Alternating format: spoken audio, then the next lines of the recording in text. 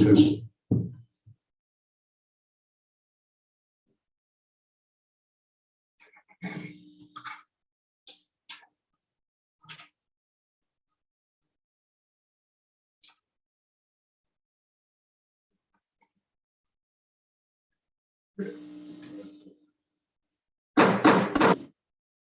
Now, 6:00 p.m.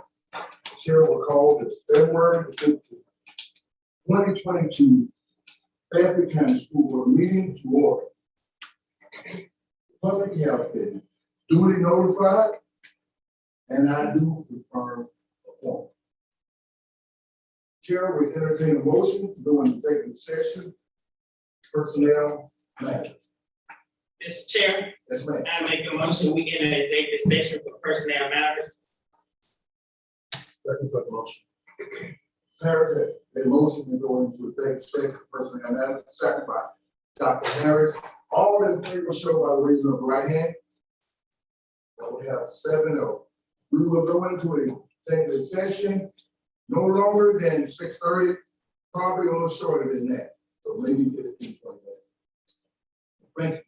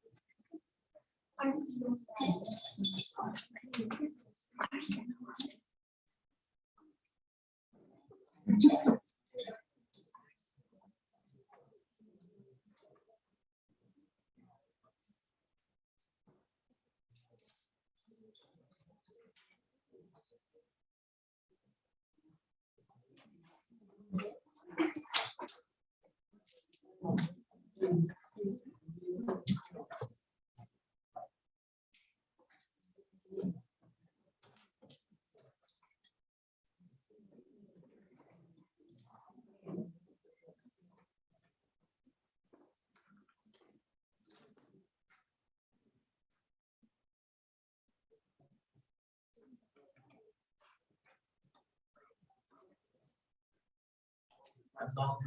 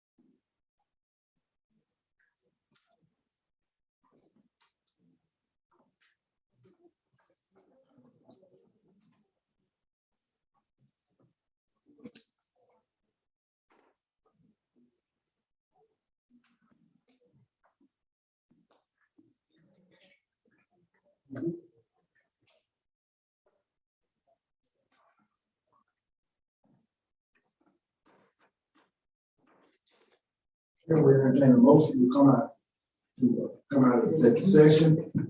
No action to take.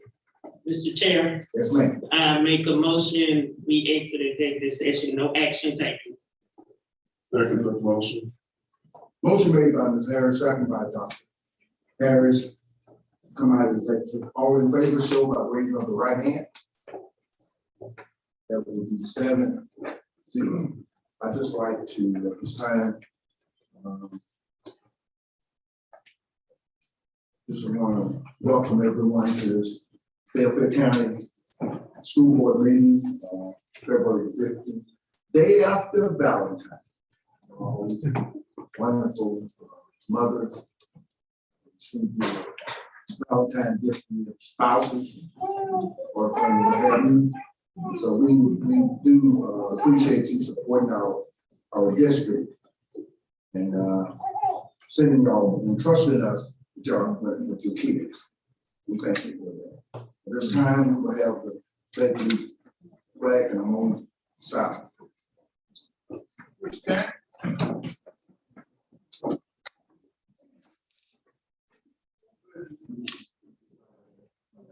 Please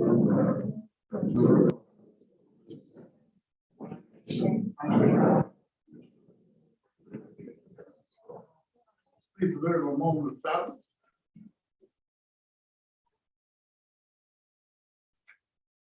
Amen.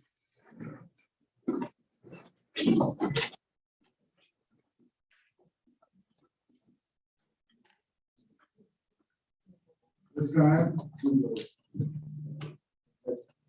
motion to approve the agenda. Mr. Chair, That's right. I make a motion, we approve the agenda as presented. Motion made by Ms. Harrison, second by Ms. Green. To approve the agenda as presented. All in favor, show by raising of the right hand. That would be 7. Thank you. We have a public comment. Yes, Mr. Chair, we have one public comment from Mr. Moses L. Brown, and this topic is release time policy for faith-based programs.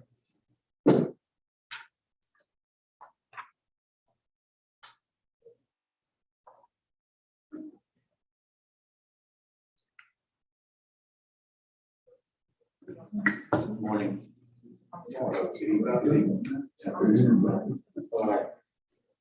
My name is Moses Brown. I'm the pastor and founder of Greater Than Life Church on Golf Course Road. Just moved here in July, first service in July. I live in Columbia, and the Lord sent me here for a purpose.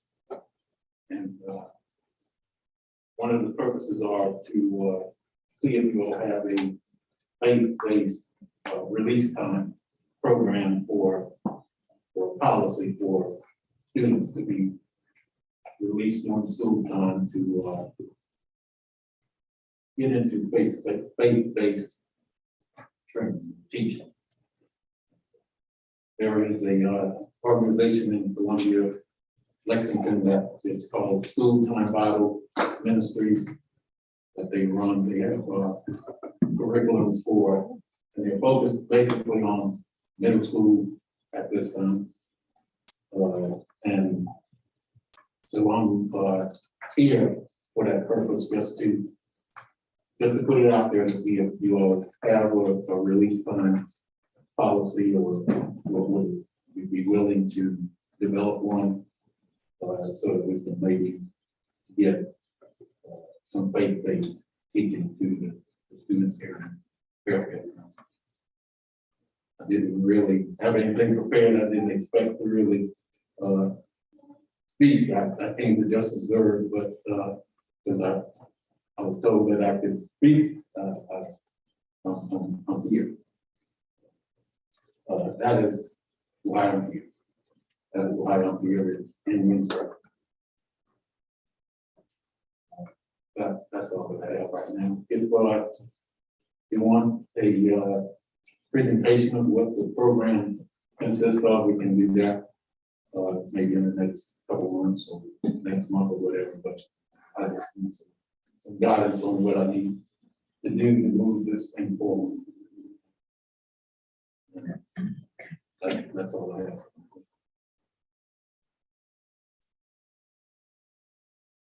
Thank you, Reverend Brown. And that will just get with the superintendent. Okay, he will meet with you. Thank you. Okay. At this time, we will have presentations and recognition. Green. Dr.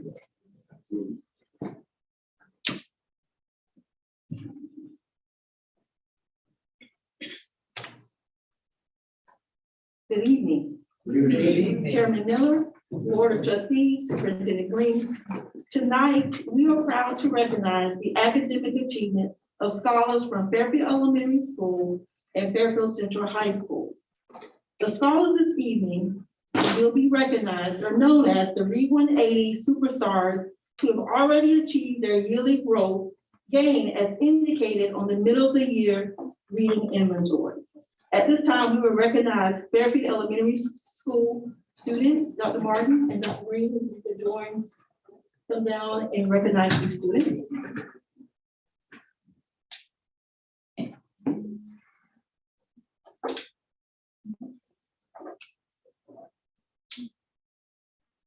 Our first V180 superstar is Johnny Bass.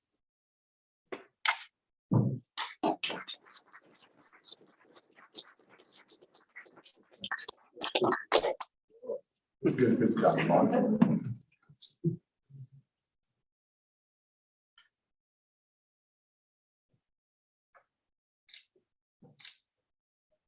Give another round of applause. Xavier Belton.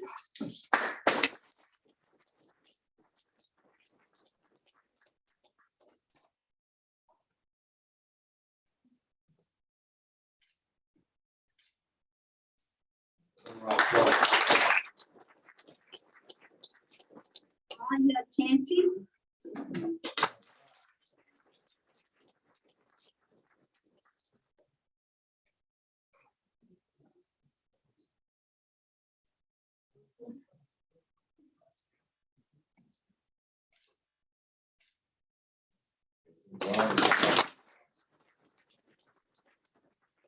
Jackie Contreras.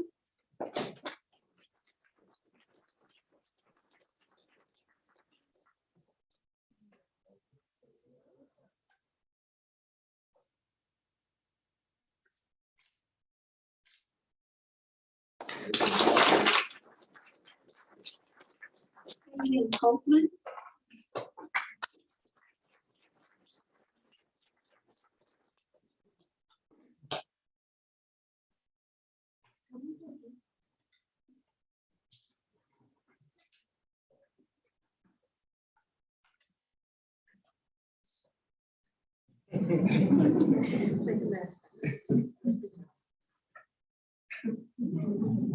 What up?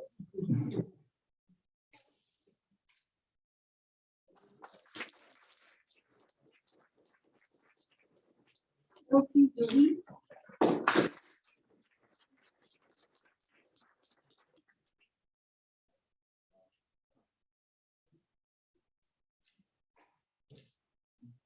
All right. Hey. Davion Jefferson.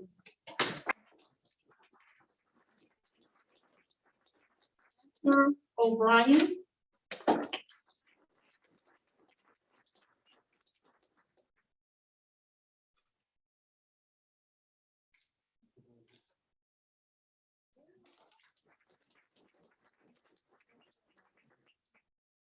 Next, we will recognize our V180 superstars from Fairfield Central High School, and Dr. Swilly will come forward to make presentation.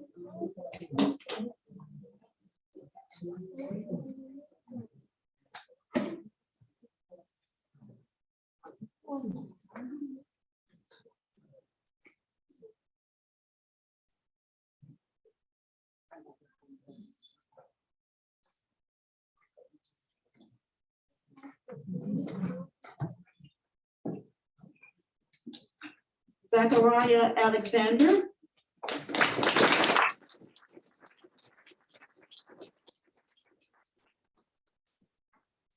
Triana Alston.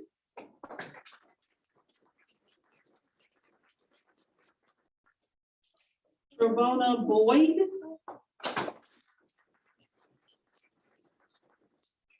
Keon Brown.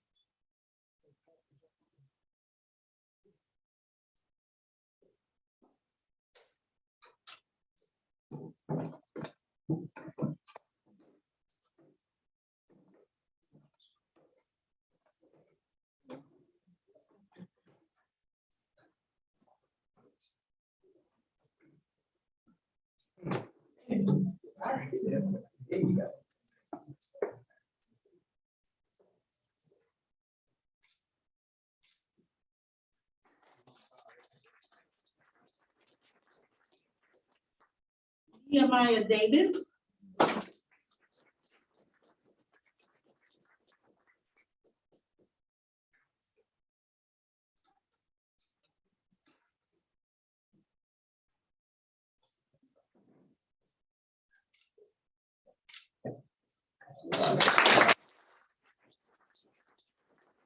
Joaquin Feaster.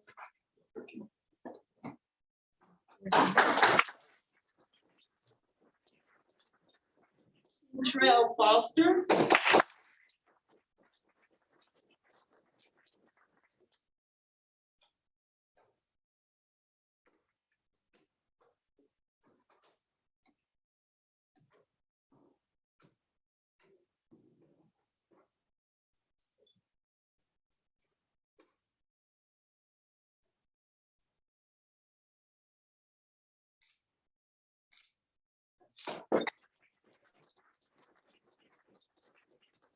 Taylor Harrison.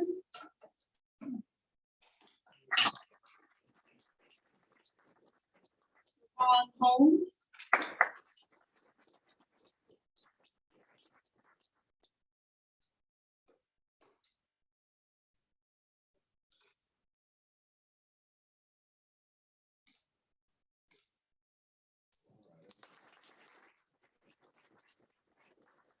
Tyler McCants. Asia McMurphy.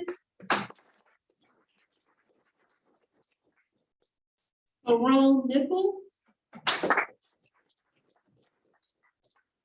Montavious Middleton.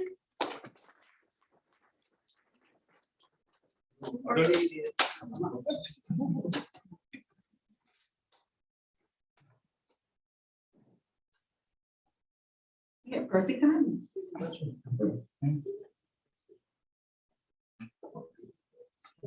You know my name? Yeah. Okay.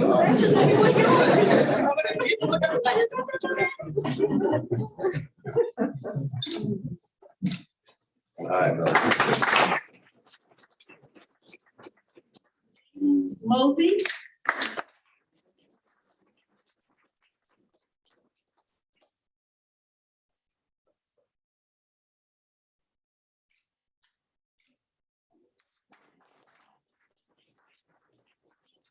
Rice.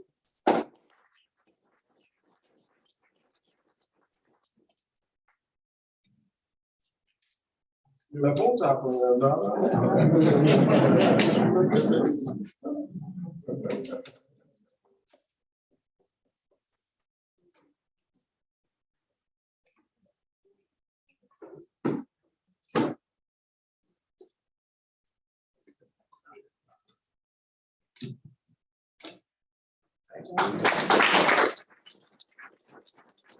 Sanders.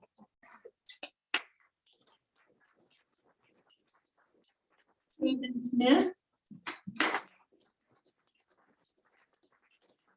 Ariana Golden.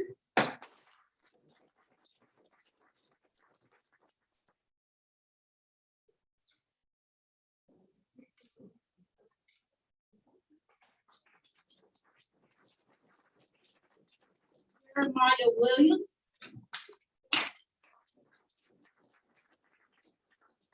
Edward Young.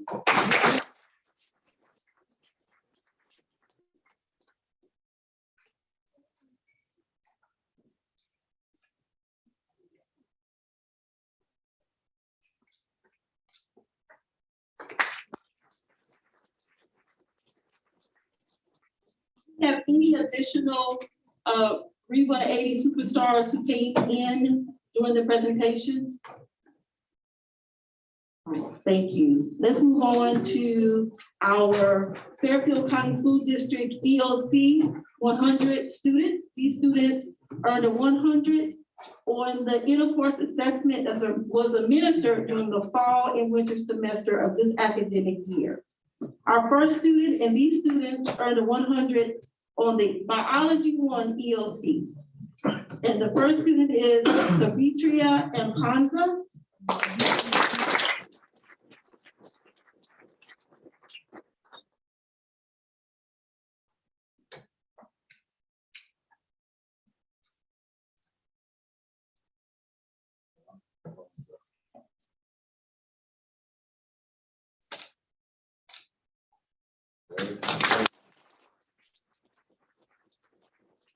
William Dawkins.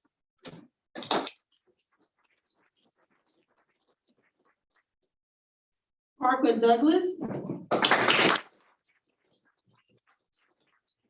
Kingsley Green.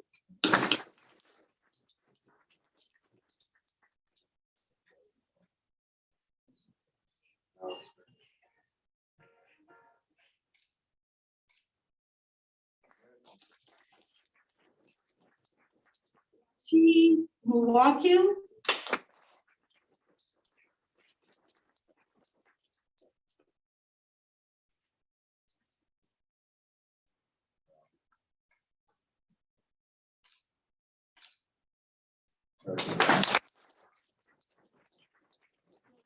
Samuel.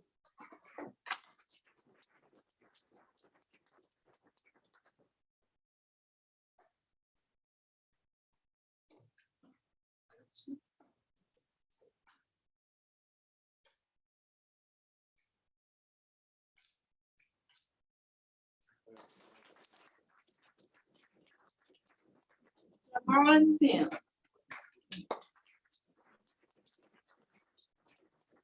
Our next students who earned a 100 on the English 2 EOC course assessment, Tavitria and Panza.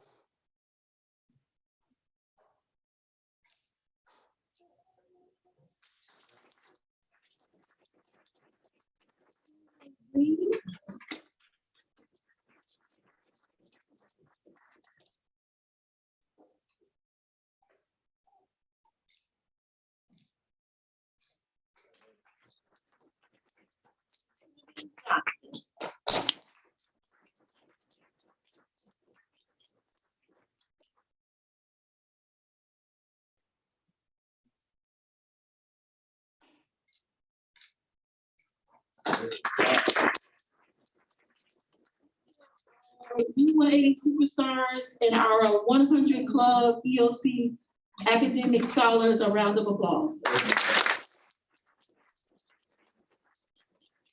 Honoring at this time, if you would like to quietly exit, you may do so at this time.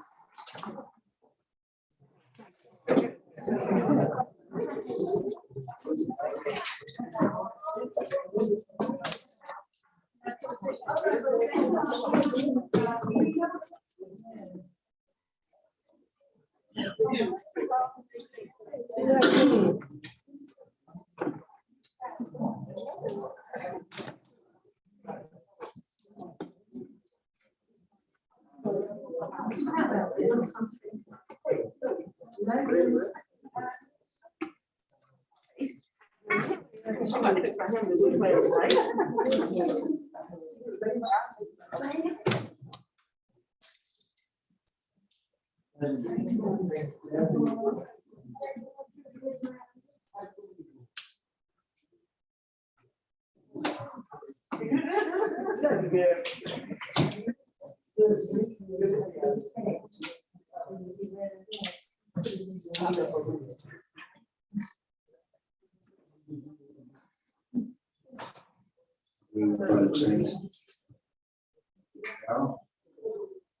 you. It's time to fill in presentation and recognition. Dr. Green. I think Mr. McCoy is going to join me. Mr. McCoy, you got to join me. Yes, sir. We're going to recognize our outstanding office professionals today. I had the opportunity to join them at least for part of the conference down at Myrtle Beach for their annual Association of Office Education Professionals. And I guess since the president is from Fairfield County, they gave me the privilege of closing the conference. And hope I didn't embarrass Fairfield County too much by my presence, but we're here today because we want to recognize not only the outstanding office professionals that we have across Fairfield County, but specifically those who have been identified, recognized, and selected to serve as leaders in the organization.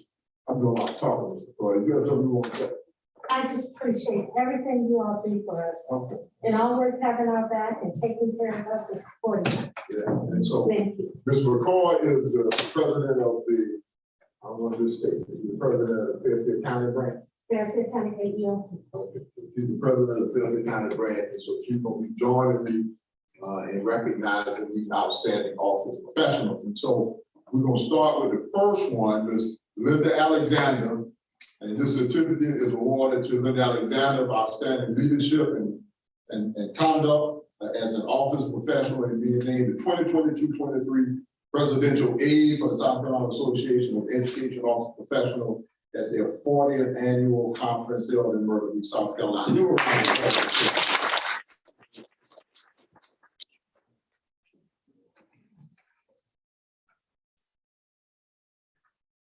It's quite right. That's my good side. I want to stay on your good side.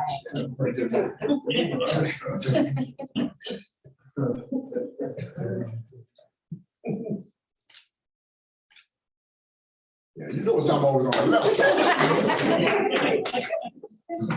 Yeah, we're more handsome on the left side. Our next certificate goes to Ms. Michelle Brown Pringle. This certificate is awarded to Michelle Brown Pringle for outstanding leadership and conduct as an office professional and being named the Area 6 Director for Fairfield, Chester, and Lancaster for the South Carolina Association of Education Office Professionals at their 40th annual conference held in Myrtle Beach, South Carolina. Congratulations.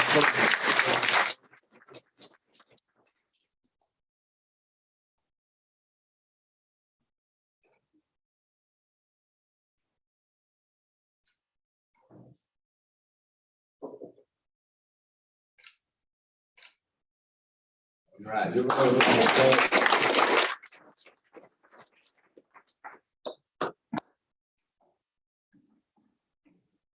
Next, we recognize Ms. Javonda Brown.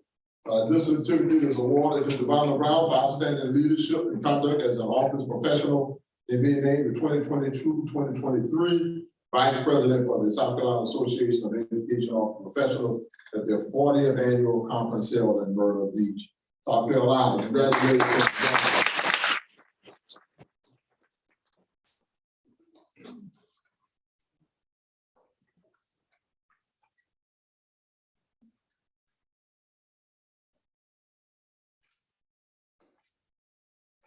All right.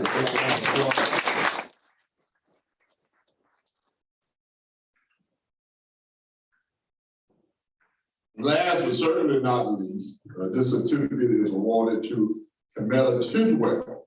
The certificate is awarded to Camilla Tidwell for outstanding leadership, conduct as an office professional in being named the 2022-23 President of South Carolina Association of Educational Office Professionals at their 40th annual conference held in Myrtle Beach, South Carolina. And I think Ms. Tidwell is the youngest person to assume the role of president in the history of the organization.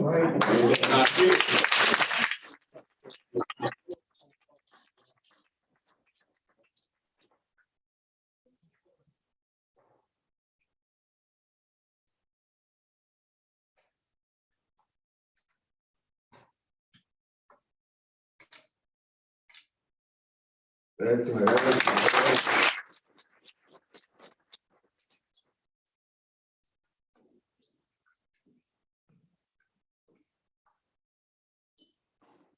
All right. If I could make a couple of remarks, Chairman Miller. I said at the conference, very often our office professionals are the faces of our respective organizations. In many instances, they have an opportunity to really engage with office professionals before they have an opportunity to engage with anyone else. And so they have the immense responsibility of setting the stage for whether there's going to be a smooth, productive conversation, or whether there's going to be an adversarial conversation full of acrimony. And so we recognize the importance of the job that they do. Very often they are behind the scenes and not recognized enough, but we recognize that we would not be the well-oiled machine we are in Fairfield County without their outstanding contributions. And so we want to do all we can to continue to have them develop as more effective professionals. As I said during the conference, we should always try to be a little bit better tomorrow than we were today. And anything that we can do to contribute to that, that is our mission and our goal. So on behalf of the Fairfield County School District Board of Trustees and Administration, we humbly say thank you for the outstanding job that you have been doing over many years of service. Thank you for giving another round of applause.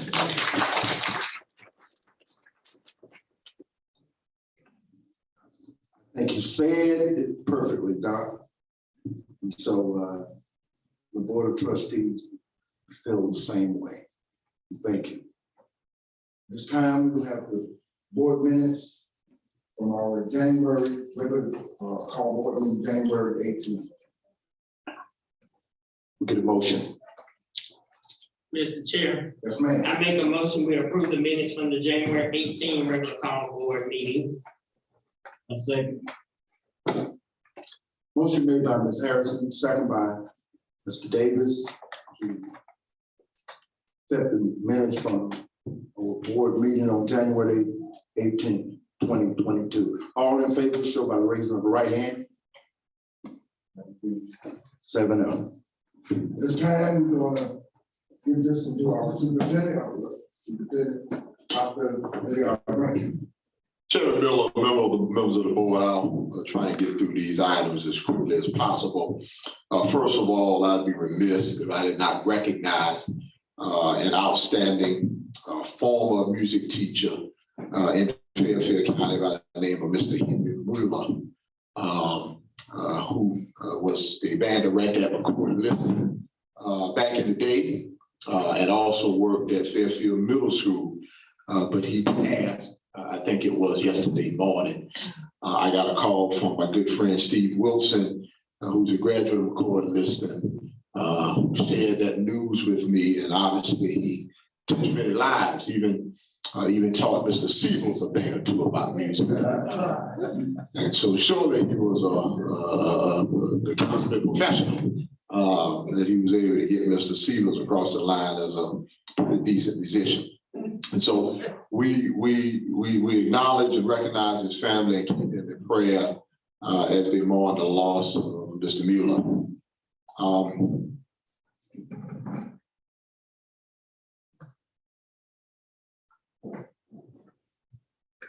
And my good chair making sure I'm on task, that I didn't forget my next recognition, and I appreciate that. I need all the help I can get, which is Miss Josie Gaston. And Ms. Gaston was a legend around Fairfield County. Graduated from Camp Liberty High School. And so when you say Camp Liberty, you're talking about back in the day. Okay, I mean, a lot of people don't know anything like Camp Liberty. That's back in the day right there. And so Ms. Gaston graduated from Camp Liberty High School. She also attended Benedict College and the University of South Carolina, where she earned a master's degree, was elected to the Fairfield County School District Board of Trustees in 1986. And it would be fitting during this month of Black History that Ms. Gaston was the first Black female ever elected to the Fairfield County School District Board of Trustees. And so we acknowledge and celebrate her life and all that she accomplished. We keep the family in prayer as they mourn the loss of this person who has meant so much to our community. And so we want to recognize Ms. Josie Gasson. I had an opportunity to meet her, and Mr. Davis attended the same church. And so during a couple of my visits there, she had an opportunity to impart some wisdom on me. And so it was a pleasure that I had an opportunity to meet her as well. Let me recognize Ms. Alcorn from Fairfield Central High School and the Fairfield Central High School academic team, who has been doing an outstanding job this year. Just last week, they won a doubleheader against Great Falls High School. But I always enjoy being able to attend academic matches because they really show me how much I don't know. And I've not had an opportunity to go this year because of COVID protocols. They have restricted the number of people. And I don't think they're allowing any visitors to be there. It's just basically the teams and the people who are participating. But there are some brilliant young people on this team, and they are representing us in excellent fashion. Many of those team members are also Beta Club members. You probably know the Beta Club went down to the beach and won 18 awards. We'll be recognizing them probably next month for the outstanding job they did. But please join me in giving Ms. Alcorn and the academic team a round of applause. Great job.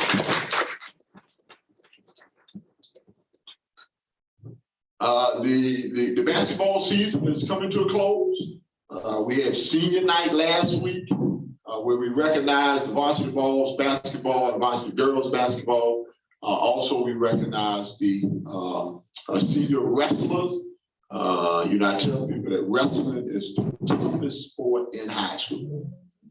And we didn't have wrestling when I was in high school, but wrestling is the only sport where there's no one to give you any spell, no time out. I mean, once that match starts, it's you and your opponent until the bell rings.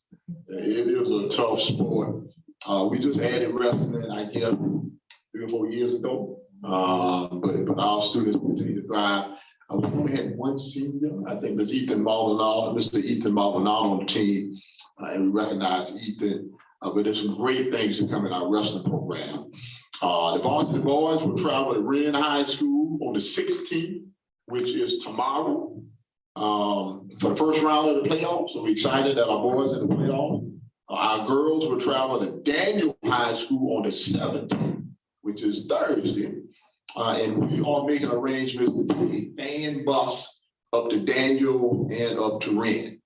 And so if you're interested in riding the fan bus, please contact the high school and get information in that regard. But we're very excited about that. I told Coach Durant that I was going to go up to Wren on tomorrow.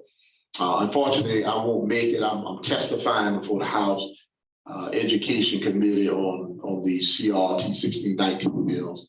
As much as I want to be there to support them, I'd already committed to testifying on those 5 bills. So I'll miss it tomorrow. Hopefully, Lord willing, I may be able to get there for the 17th for the girls. Let me just update you on a situation we had. You got my email relative to the Fairfield Elementary School and water and all the problems that we had. And I've had a few conversations with board members and a few conversations with parents. And we kind of tell you what happened. So yesterday, I got a call from Mr. Christie indicating, which is our maintenance director, that we had some problems with the water there. And they were working to get it resolved. When I got there, his guys were diligently trying to get it resolved. Dr. Martin kind of spoke. And at that point in time, I guess it might have been 8:30, give or take. But Christie said, I just didn't know exactly what the problem was, but they were trying to get it resolved. And at that point in time, people like, so when do you make a decision to cancel school? And so the first thing you really consider is, do you think you can get this resolved relatively quickly?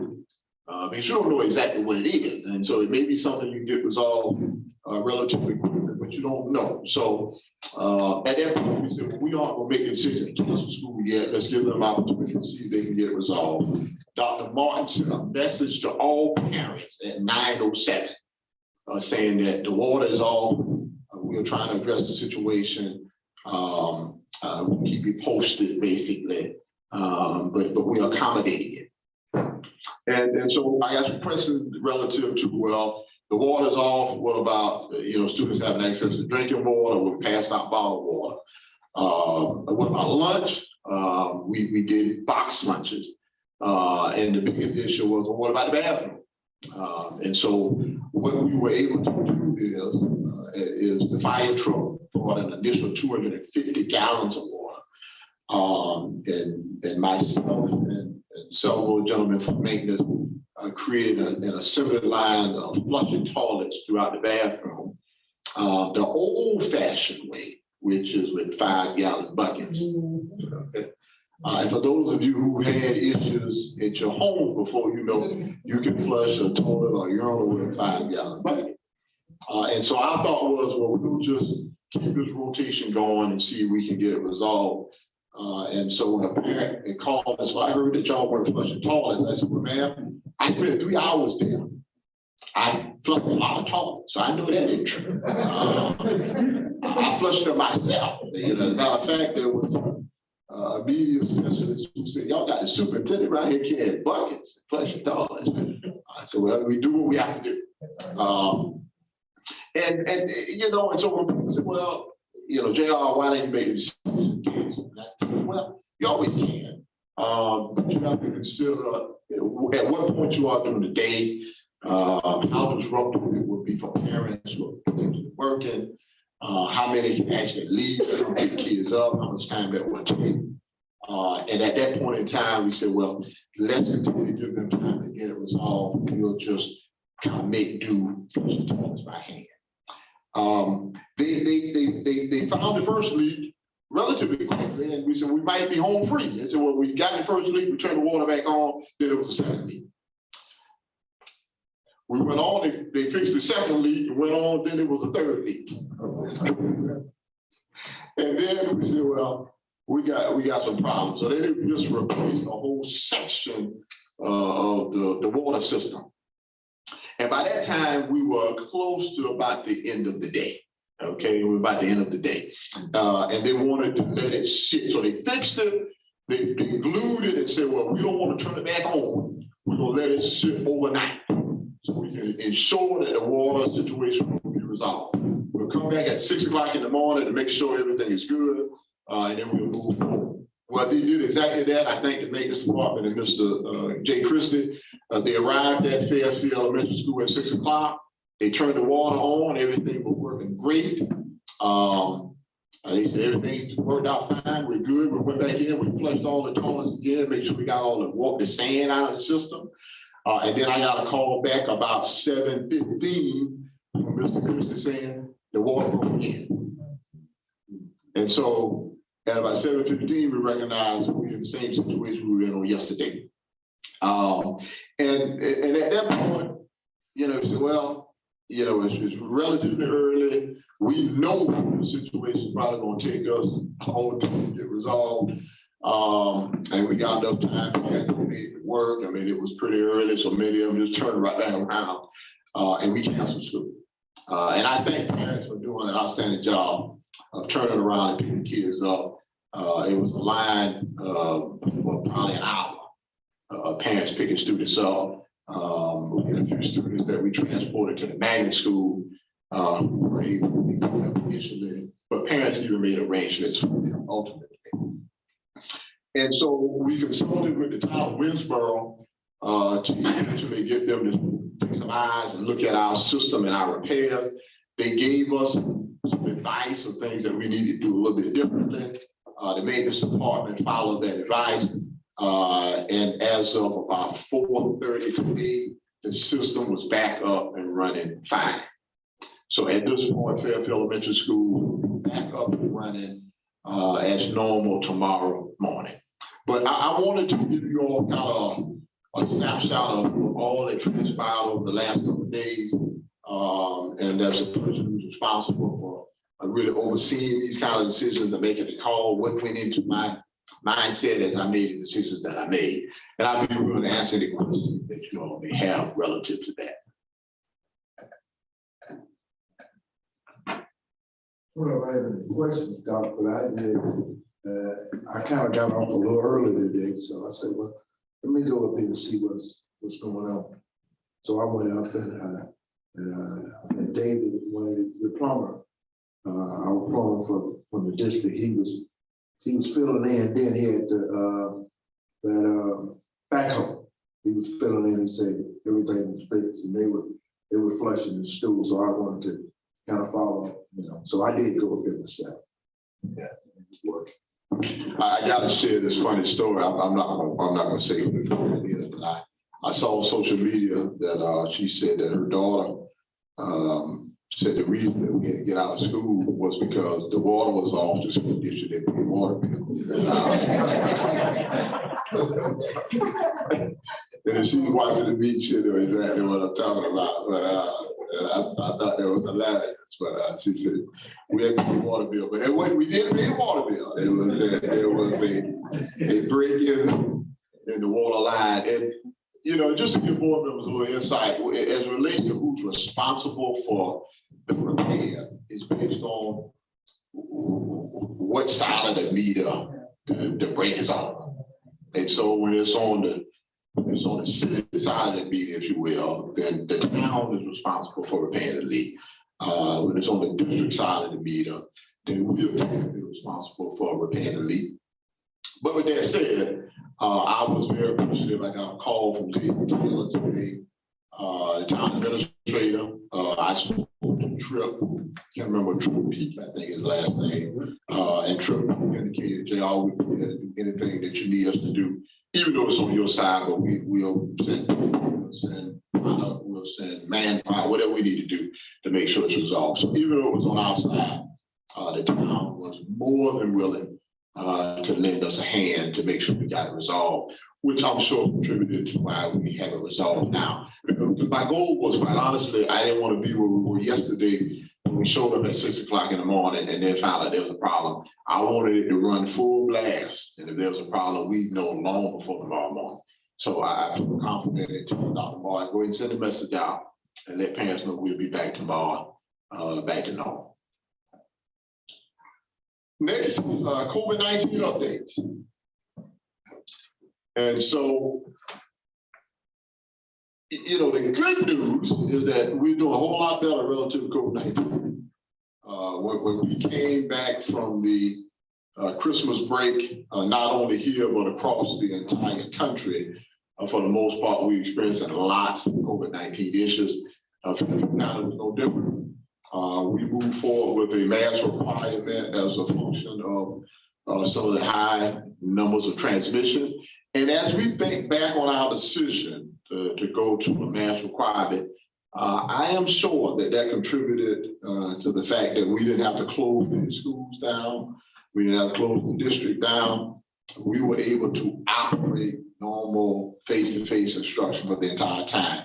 And so we worked our way through that very difficult period. And as I said then, once we worked our way through that difficult period, I'm gonna come to the board and probably make a recommendation that we relax our mask requirement. And say right now it is requirement, it was a recommendation. I wanna give it a little more time before I make that recommendation.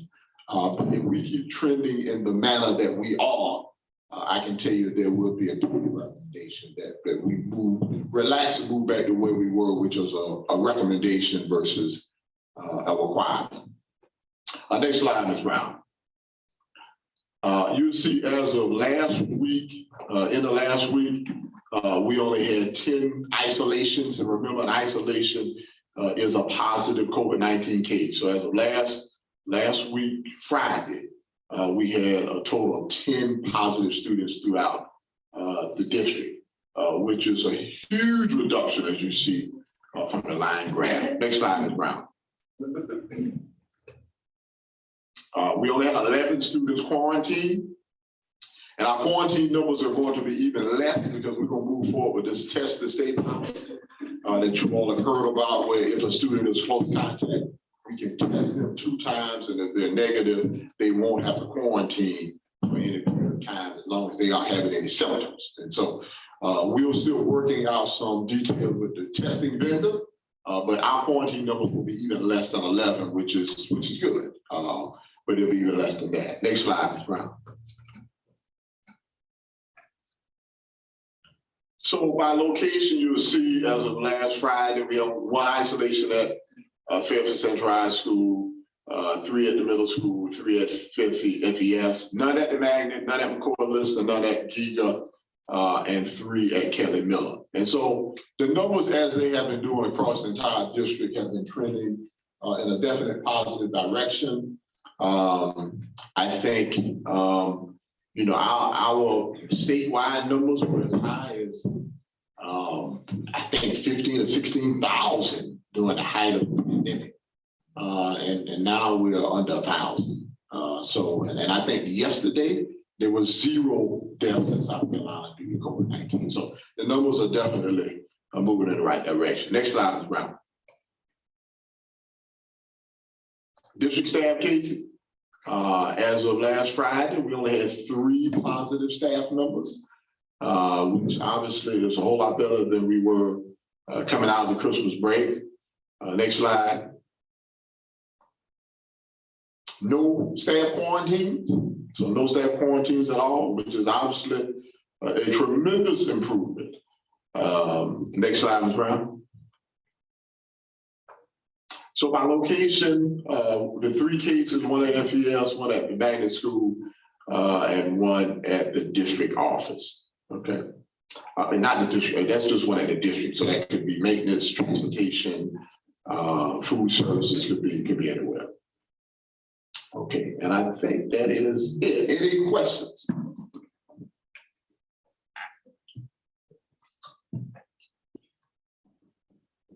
As you think about questions, I did send you some information from DEC, where DEC has made some modifications to their guidance.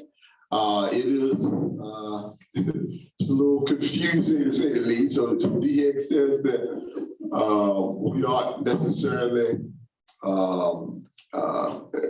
recommending universal masking. We are recommending masking, particularly in counties where there is still a level of high spread, which is virtually the entire state of South Carolina. So at this point in time, you know, we'll leave our procedures in place. But as I said, which I said from the beginning, once our numbers begin to get to a point of where they were before we left for the Christmas break, I'll come back to the board and make a recommendation that we relax our mask requirements. And I anticipate that's going to happen relatively soon. Mr. Chair, Dr. Green. Yes, ma'am. With the CDC recommendation, it's like up and down. You don't know which way to go. Yeah. But even if you come back and say, hey, we're gonna relax our mask mandate, I mean, that's everybody's choice. My choice is still wear a mask. I have, in the last month, 3 people died that I know personally, with COVID. So, and a lot of people still, you know, refuse to take shots, and that's their choice too. But my choice, I'm gonna still wear the mask. You can relax it. You know, I'm gonna wear my mask. It's part of my life. I'm just trying to stay safe, trying to keep my family safe. But with their recommendations, you know, changing so much, you know, it's just really confusing. Really confusing. Yeah, but I would agree with you. I don't plan to hang my mask up every time. So I suspect that most of our students and staff will still, regardless if we relax our position, most of them will continue to wear their mask as well. And you know, we'll try to be flexible and let the numbers, what's going on, kind of dictate how we respond. I am prayerful that we will get this behind us at some point, because it is definitely a stressful time that I know students and staff and everyone continues to navigate. But I appreciate that position, and I understand if the board ultimately, whatever I come back with, says, well, JR, let's just hold pat where we are. I can appreciate that. But I'll definitely follow through with what I said I was going to do. I want to be consistent there. Any other questions? Anybody else?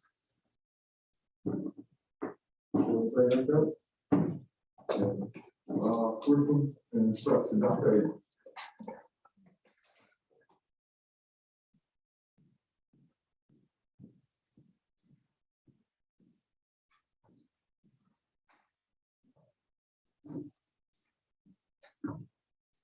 Under curriculum instruction, you have two items. The first item is the approval of the locally designed elective courses for Fairfield Elementary School, Deeger Elementary, Kelly Miller, Macquarie Liston, Fairfield Middle School, Fairfield Central High School, and Gordon Odyssey Academy.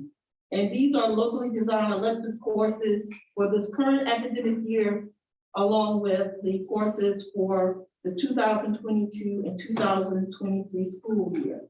And these courses are for our Math 180 program that we have initiated this year at Fairfield Middle School. The Read 180 software program, which we recognize our reading superstars tonight. We have expanded that program, our software program, at Macquarie Liston, Kelly Miller, Giger, and Fairfield Elementary School, along with our Avid program, of course, for Fairfield Central High School, along with Fairfield Middle, and of course, our preparatory courses for our EOC courses at the high school. And as you know, each year, state statute requires that these locally designed elective courses are approved by the Board of Trustees. Can we get a motion, please?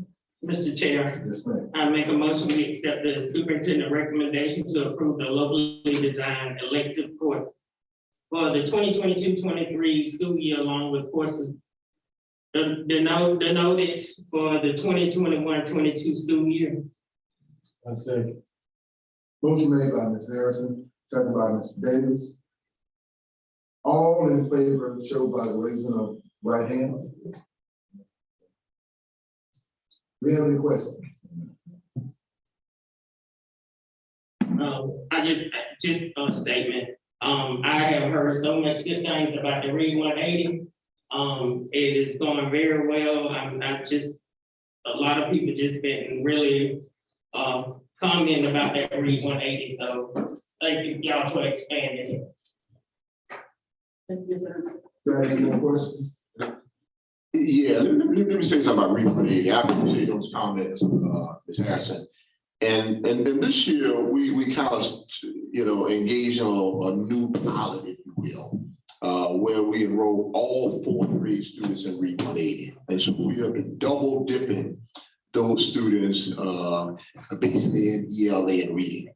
And so they have a regular ELA block and they have a Read 180 block. And what we have found is the students who were already proficient readers have become superstar readers. And the students who might have been struggling readers have become good readers. The fourth grade ELA and reading scores at Fairfield Elementary School have outpaced any other grade. And so that says to us, we need to figure out how we replicate that, okay? And understanding that having a level of proficiency around reading impacts everything you do in school, whether that's science, social studies, even math. If we want to improve outcomes for students, we got to improve their literacy proficiency. And so we've expanded, as Dr. Avery said, this Read 180 initiative to multiple schools, including middle school, high school, all the elementary schools for the most part. And it's not about students who have gaps in literacy. And that's probably one big difference. It's not about only trying to address students who you identify as gaps. We're addressing all students. And so regardless of how good of a reader you are, we've come to the conclusion that you can become an even better reader by this additional time. So we are going to be really looking to expand this whole idea of double dipping students in ELA and reading and doing more in the coming years to do the same thing we did in 4th grade at Fairfield Elementary School. So I want to just kind of give you that information. That's for. Any more questions? We're still ready to vote. And motion, all in favor, showing the right hand. We have 7-0.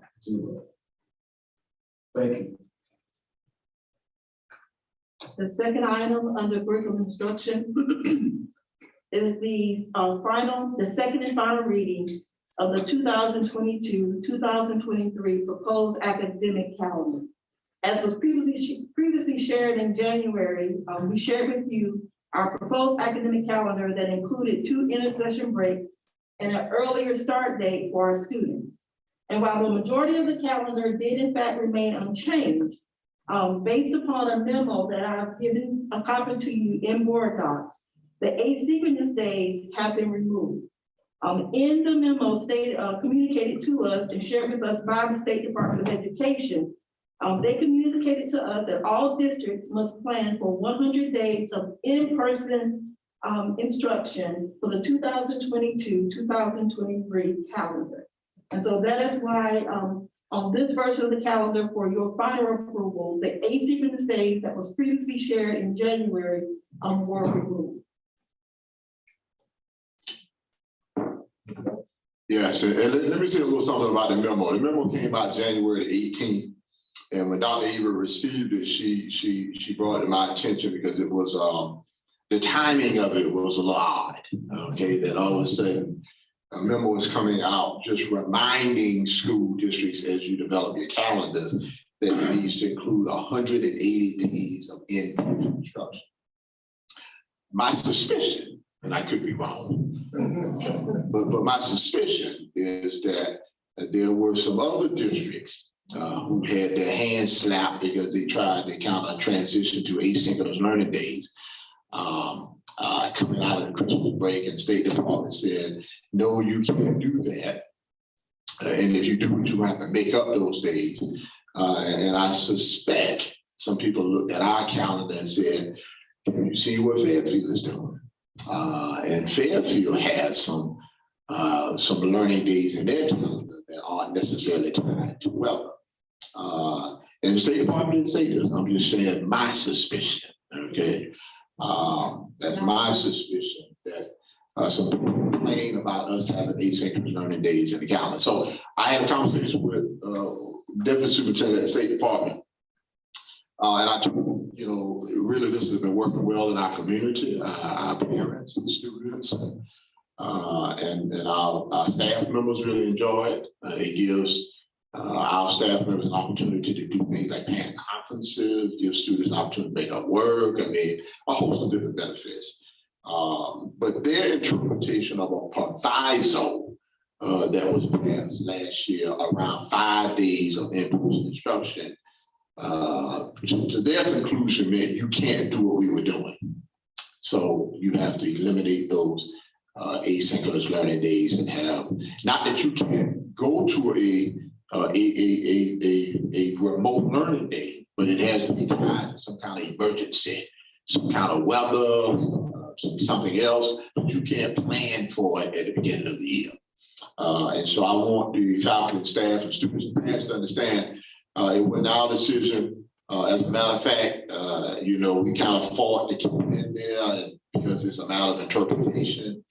State Department, they stuck with their interpretation, and so we've conceded and have taken it out. So as you think about the 2 calendars, whether you stay with the traditional calendar or the modified balance calendar, either way there can be no asynchronous learning days.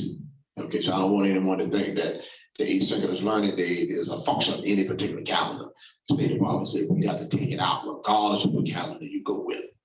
So we'll kind of give you a little bit of background in terms of how we got to this point relative to asynchronous learning.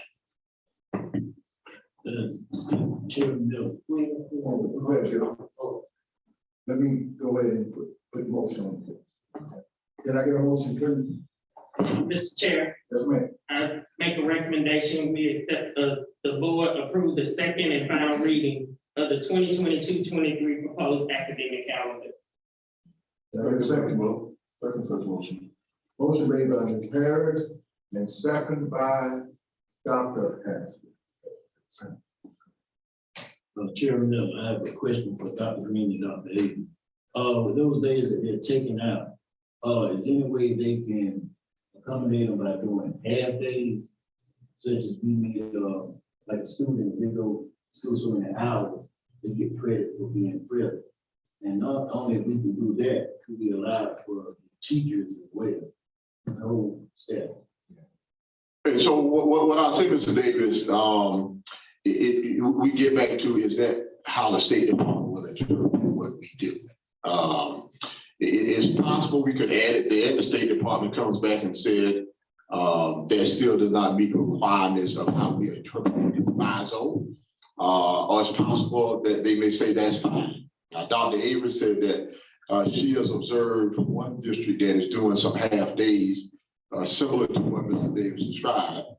But I'm not going to do like some other people call the State Department and say, well, let me tell you what X, Y, and Z district doing. Because all they may say, well, they can't do it, neither can you. You know, I don't know what the response is going to be.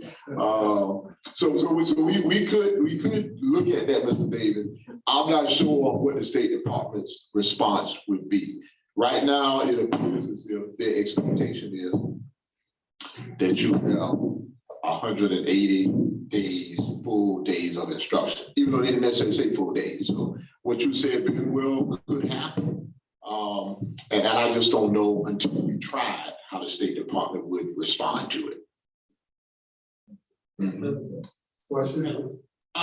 Did I overlook graduation? Is it in there? Yes. Graduation is on June 3rd, 2023.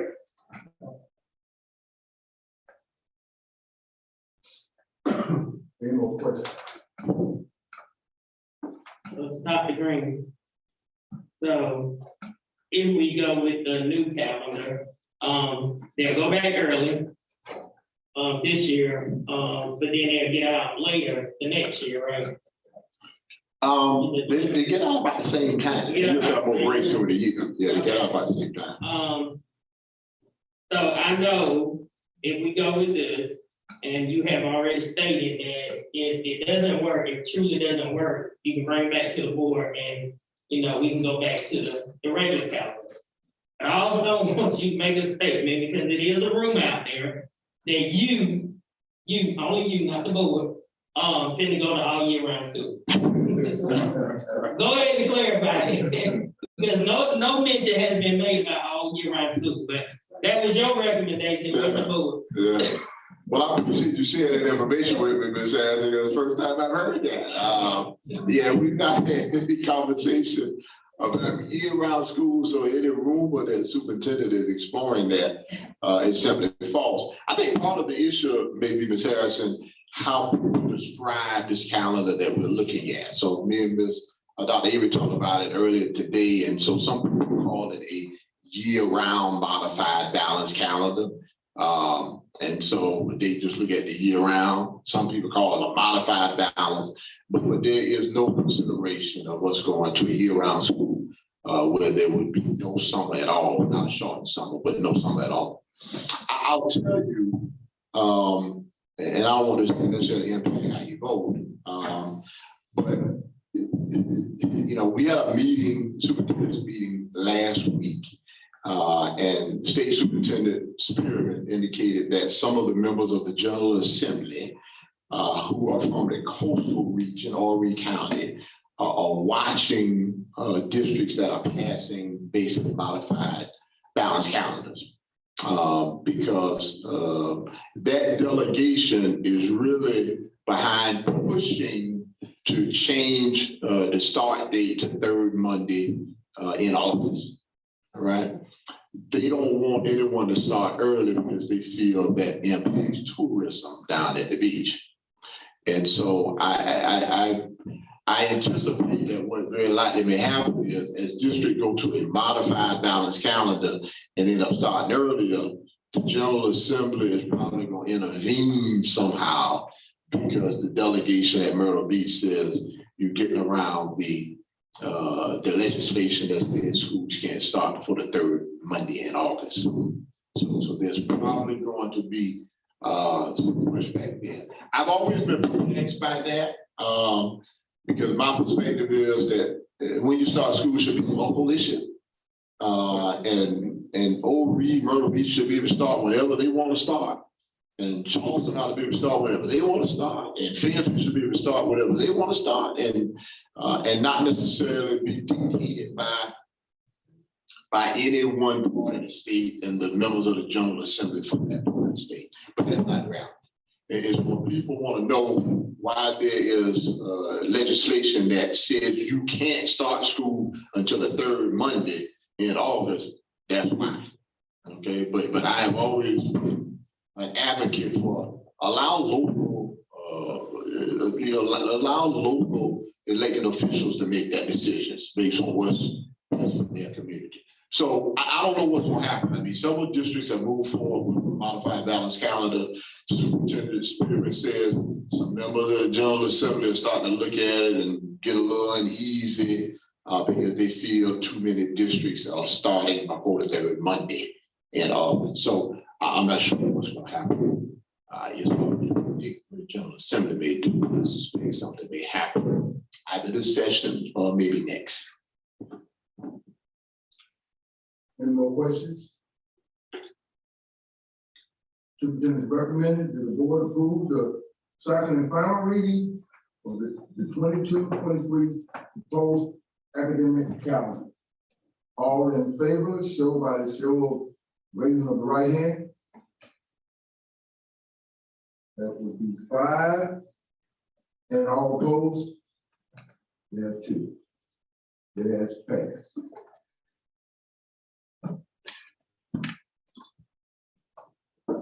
Operations and finance. Thank you, Doctor.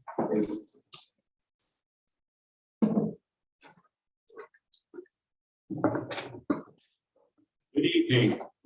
In the board packet this evening, you have the finance report for the month of January of 2022. As I mentioned last month, of course, in January, we get the majority of the local property tax revenues in, and those numbers have come in, and we actually look pretty good this year. And my estimate is right now, in terms of the revenues, that we will be about right on budget in terms of what we planned. So like last year, for example, at this point, we were about $5 million away from our target. Now we're about $1 million away, which is about where we should be. So we look good in terms of our revenues, and as the year goes on, we get closer to the end of the year, then I can give a better projection on our expenditures. So the report is for January is for your review. Any questions or comments?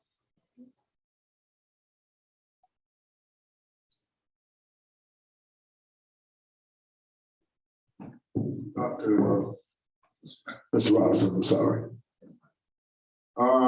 So that I'm looking at this 25%. That's 25% of our budget right now.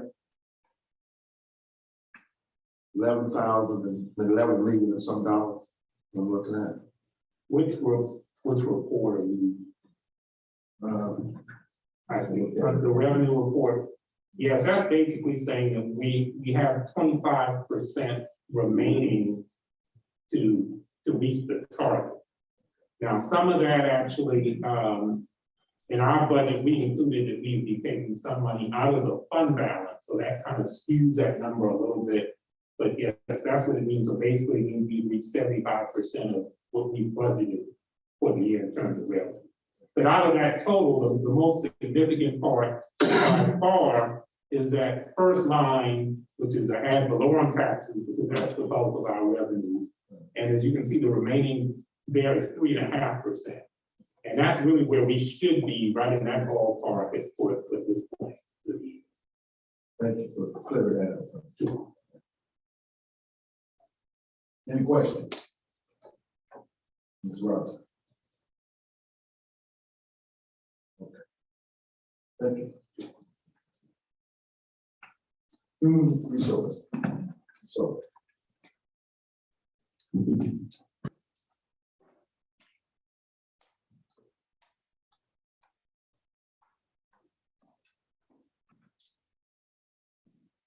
Good evening, Mr. Chairman and members of the board. Under Human Resources, we have one item where the superintendent recommends the board approve certified resignations and termination. This particular recommendation is presented in exhibits 1A, 1B, and 1C. Please be mindful that 1C requires suspension work. Separate. C separate. Yeah. See, Mr. Chair, yes, ma'am. I make a motion we accept the superintendent recommendation to approve certified resignation and termination in exhibit 1A and 1B. We get a second. Yeah, sir. Motion made by Ms. Harrison, second by, that Pastor Jackson? Yeah. Pastor Jackson. All in favor, show by raising the right hand. That will be 7. Mr. Chair, Yes, ma'am. I move a formal complaint be sent on behalf of the board to the State Board of Education requesting that appropriate action be taken against a professional employee of Fairfield County District, employee 1, whom pursuant to South Carolina Code and notated section 59-25-230 breached their individual employment contract with the district by failing to return to work. You get a second? Second. Motion made by Ms. Harrison, second by Ms. Green. All in favor, show by the raising of the right hand. Thank you. Thank you, sir. This time we have the board chair report. Thank everyone. Dr. I have to yes, commend the town of Winsboro for their working together with us on getting this water straightened out, because they were truly instrumental in helping us out. And I want to give a shout out to them as well as our maintenance staff. Thank you to our maintenance staff. Also, we're going to be looking to get together with a photo trip.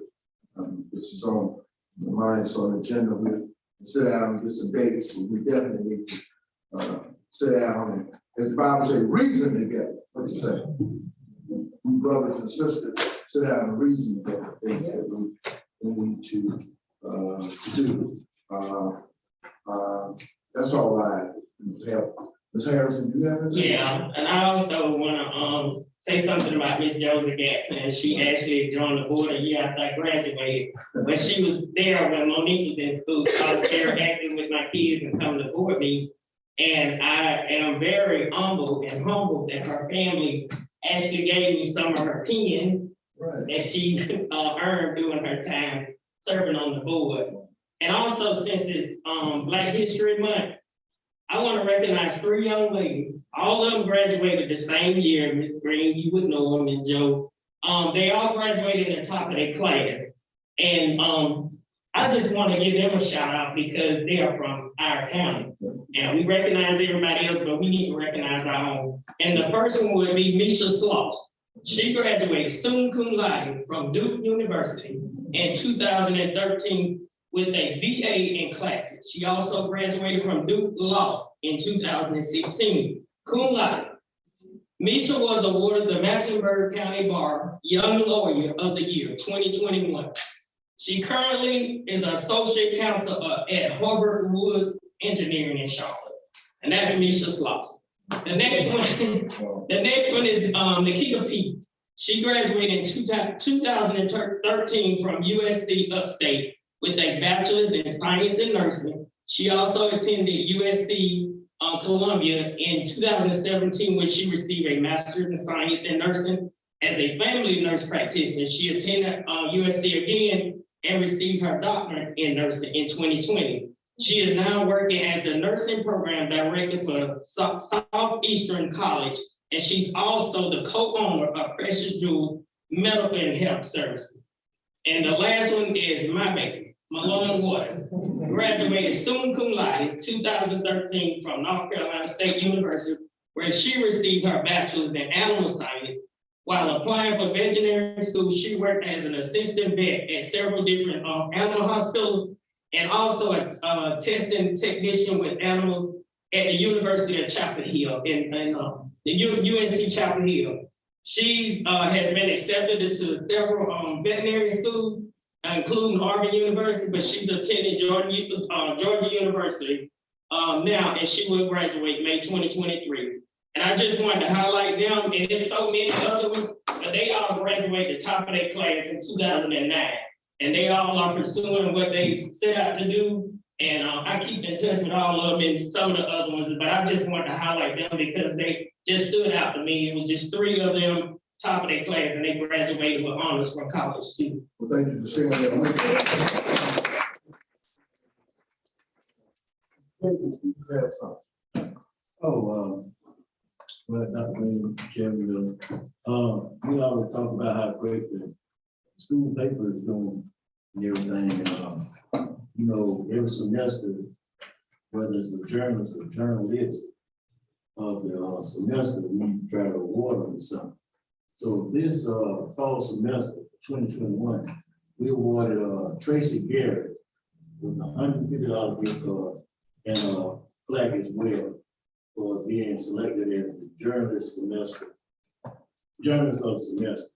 And it's really going to have a lot of people that's reaching out to us, want to make donations so we can make this thing bigger and show appreciation to our students for their hard work and dedication to our students. Thank you.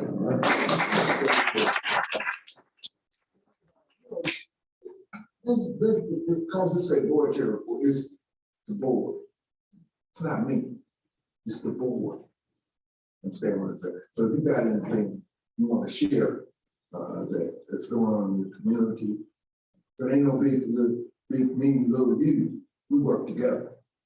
Okay, and so anybody got anything else that we want to share? If that's something to. Well, if not, can we get a motion? Motion to adjourn. I say, Motion made, and a second. Mr. Davis, all in favor, show us, raise up the right hand. That will be 7-0. Thank you.